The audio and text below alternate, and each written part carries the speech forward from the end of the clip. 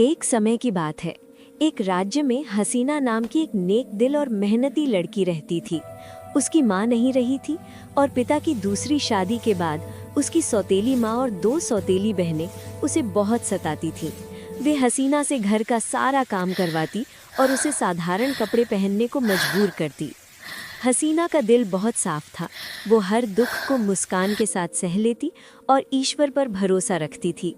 एक दिन राजा ने घोषणा करवाई कि राजमहल में एक भव्य समारोह होगा, जहां राजकुमार पूरे राज्य की लड़कियों से मिलेगा। सौतेली माँ और बहनें सज धज कर जाने लगी, लेकिन हसीना को घर पर ही छोड़ दिया गया। हसीना अकेली बैठकर रोने लगी।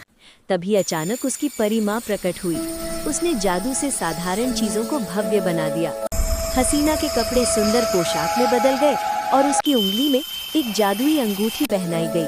परी माँ ने कहा, ये अंगूठी तुम्हारी पहचान होगी, लेकिन याद रखना, आधी रात के बाद जादू खत्म हो जाएगा। हसीना महल पहुंची। उसकी सुंदरता और सादगी ने सबका दिल जीत लिया। राजकुमार उससे बात करके बहुत प्रभावित हुआ। दोनों ने साथ समय बिताया, बातें की और हंसे।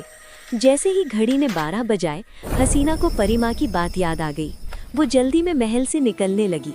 भागते समय उसकी जादुई अंगूठी सीढ़ियों पर गिर गई। राजकुमार ने वो अंगूठी उठा ली। उसने निर्णय किया कि वो उसी लड़की से विवाह करेगा जिसकी उंगली में ये अंगूठी पूरी तरह फिट होगी। अगले दिन राजकुमार पूरे राज्य में अंगूठी लेकर पहुंचा। कई लड़कियों ने पहनने की कोशिश की, लेकिन अंगूठी किसी को स्वीकार नहीं कर रही थी। आखिरकार जब हसीना ने अंगूठी पहनी तो वो चमक उठी।